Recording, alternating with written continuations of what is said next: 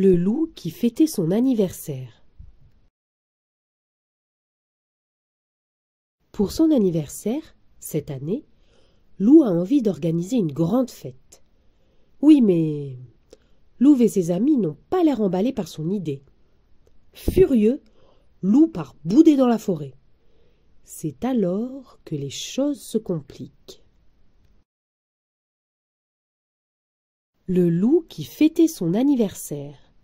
Texte de Oriane Lallemand, illustration de Éléonore Tuillier. Aux éditions Ozu. Par un bel après-midi d'été, Alfred toqua à la porte de Loup. « Salut Loup, tu viens faire une partie de foot avec nous ?»« Avec plaisir, » répondit Loup. « J'en profiterai pour vous parler de mon anniversaire. Cette année, je voudrais... » Loup ne termina pas sa phrase. Alfred avait déjà filé. Dans la forêt, le match venait de commencer. « Bonjour, Louve, » fit Loup. « Qui mène ?»« Les rouges, hélas. Il est temps que tu interviennes. »« J'arrive, les copains !» cria Loup en se précipitant sur le terrain. Il y eut un moment de pagaille, et puis passe de Loup, dribble d'Alfred, cri effrayant de demoiselle Yeti, et but pour les bleus. Youpi! Ce fut un match très serré, mais les bleus finirent par l'emporter.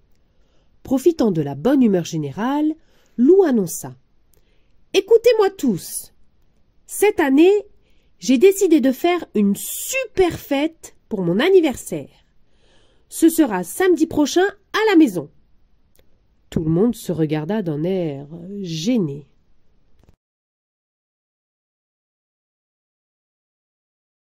« Zut alors !» commença Valentin.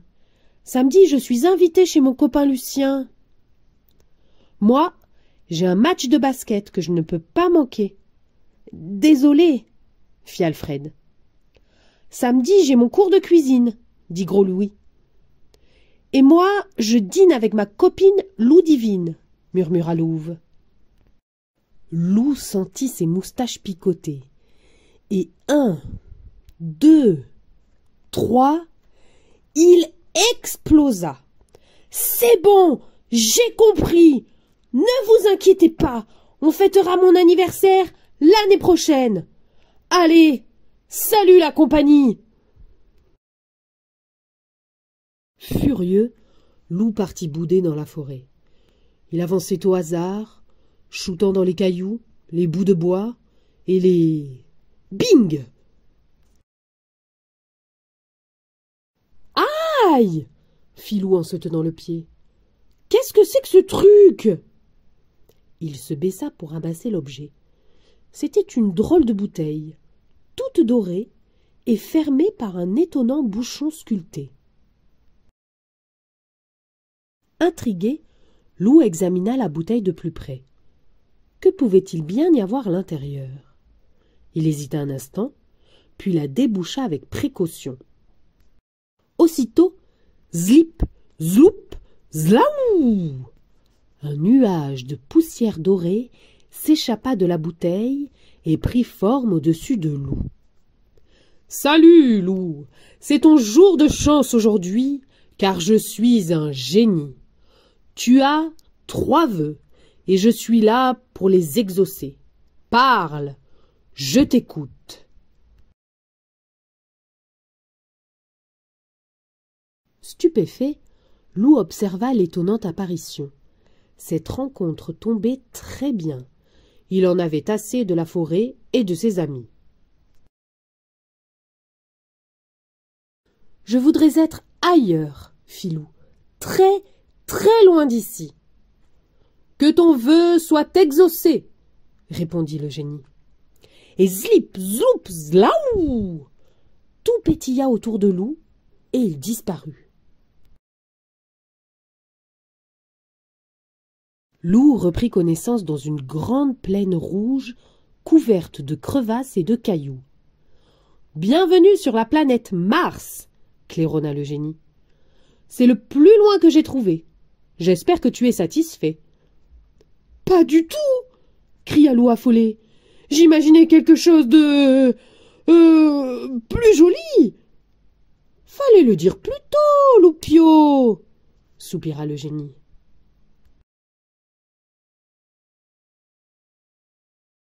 Cette fois, c'était beaucoup mieux.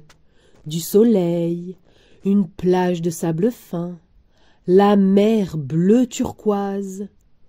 Et voilà, fit le génie fier de lui, une île paradisiaque, rien que pour toi. Lou se baigna, grignota, dormit, se baigna, grignota, et s'ennuya. Ah, si seulement mes copains étaient là, pensait-il. Mais il se renfrognait juste après. Pff, de toute façon, mes copains s'amusent très bien sans moi. Et c'est vraiment ce qu'il croyait.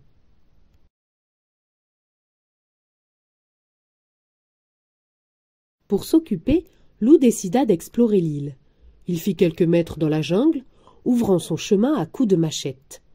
Comme c'était fatigant! Et tous ces moustiques qui lui tournaient autour, très énervants! Encore heureux qu'il n'y ait pas de serpents, marmonna Lou. Je déteste les serpents. C'est à cet instant précis qu'un python de Papouasie tomba sur lui.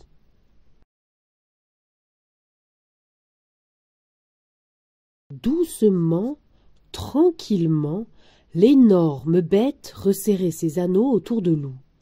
Dans un dernier effort, Lou renversa la bouteille et le génie fut là.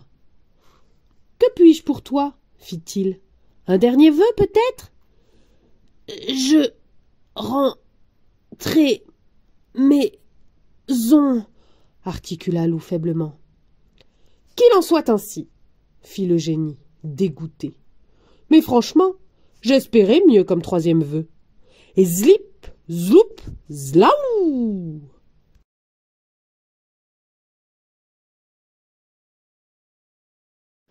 Quand Lou ouvrit les yeux, ouf, il était de retour dans sa forêt. « Ah, te voilà enfin !» s'écria Maître Hibou. « Où étais-tu passé? On t'a cherché partout !»« Je... me suis endormi dans la forêt, » balbutia Lou. « Tu es parti bouder plutôt. Quel fichu caractère tu as.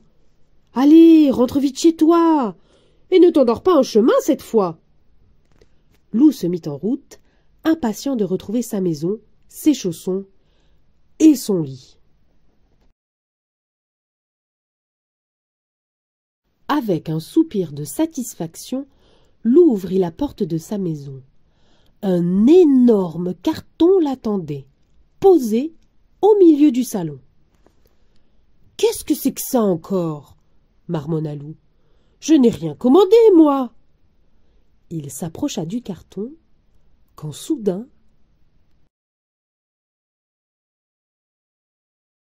Surprise!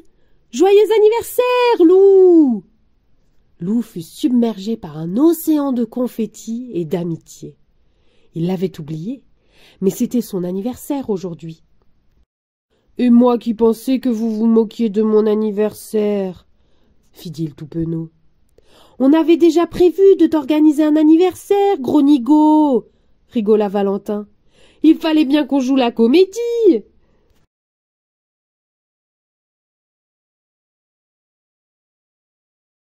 Lou tendit à Lou une petite enveloppe.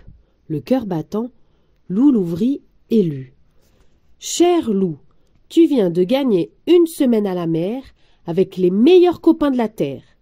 Départ après la fête. Tes amis qui t'aiment. » Lou regarda ses amis et sourit. Ce n'était pas aujourd'hui qu'il retrouverait son lit. Tant pis. Et tant mieux aussi.